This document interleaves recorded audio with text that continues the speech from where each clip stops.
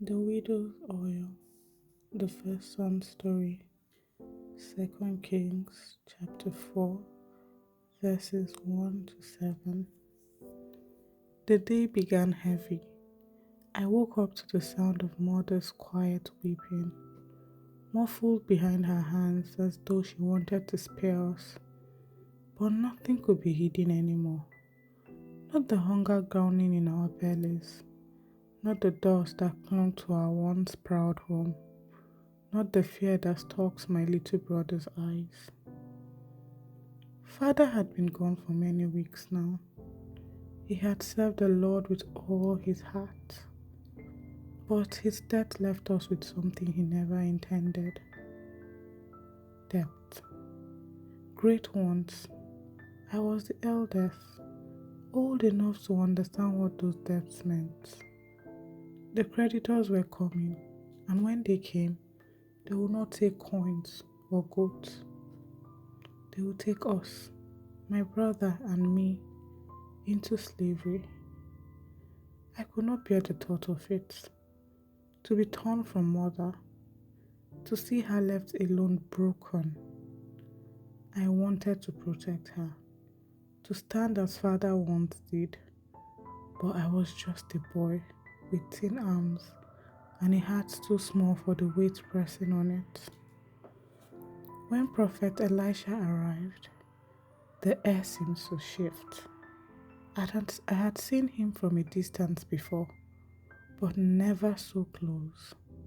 His presence carried a stillness that made you want to breathe slower, to listen harder. Mother fell before him, her voice cracking like dry wood. "My husband, your servant, is dead," she said, "and the creditors are coming to make my two boys slaves." I felt my stomach twist at her words. She had said it aloud now. The very nightmare we had tried not to name. Elisha's gaze rested on her. Not harsh, not distant, but steady, like a lamp in the dark.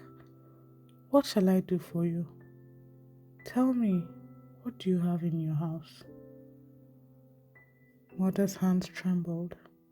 I could see her mind searching, scraping through memories of what little remained. Finally, her voice fell to a whisper. "Nothing, only a little oil." The prophet nodded, as though that small answer was more than enough. "Go," he said. "Borrow vessels from all your neighbors. Empty vessels, do not gather just a few. Then go inside, shut the door behind you and your sons, and pour oil into all those vessels. When each is full, set it aside." I exchanged a glance with my brother. His eyes were wide with confusion, but mine with disbelief. How could one small jar fill a single borrowed vessel, let alone money? Yet mother's face had changed. It was as if his words lit something inside her. Something fierce, something unbreakable. She turned to us. "Come, we have work to do." We ran through the streets, knocking on doors, our small voices calling out, "Please, do you have a jar, a pot, any vessel at all?" Some neighbors frowned, curious. Others shook their heads in pity, but many gave. Clay jars, bronze pots, wooden bowls, anything that could hold. Soon our arms ached from carrying them. Our home was crowded with borrowed emptiness, and then it began. Mother took the single jar we had, the little oil left in our house. She set it in her hands like it was the most precious thing in the world. Her lips moved in silent prayer. My brother and I knelt close, hardly daring to breathe. She tilted the jar. The oil flowed. Smooth, golden, endless.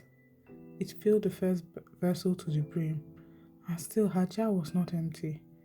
My brother gasped so loudly that mother shot him a look, but she was smiling through her tears.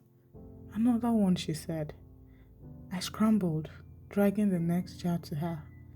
The oil filled it too, and then another, and another, and the sound of it pouring was like music, like a stream that had no end.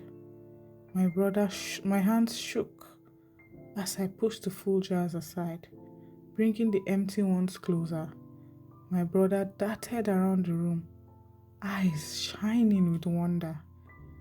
The air grew thick with the sweet scent of oil. Jar after jar, pot after pot, we walked until sweat ran down our faces, until our knees were sore from crouching, until the impossible had become ordinary before our very eyes. And then came the last vessel. I dragged it forward, heart pounding. Mother poured. The oil flowed, rich and thick, until the vessel brimmed full. And just as it reached the top, the oil stopped. Silence fell, heavy and holy. Mother set the little jar down. It was light now, utterly empty. But the room around us, it was alive. Every borrowed vessel stood gleaming, full to the brim with oil. It was as though heaven itself had chosen our small broken house as the stage for a miracle. Mother fell to her knees, pulling us into her arms.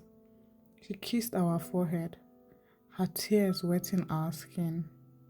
The Lord has provided, she whispered over and over, her voice trembling with joy. Later, she sold the oil. The creditors were paid, and there was enough left for us to live. We were free. But more than freedom, I carried something deeper inside of me. I had seen God moved with my two eyes. I had felt a despair turn into hope, emptiness turn into abundance. And though I was only a boy, I knew I would never forget the day our little house overflowed with heaven's oil.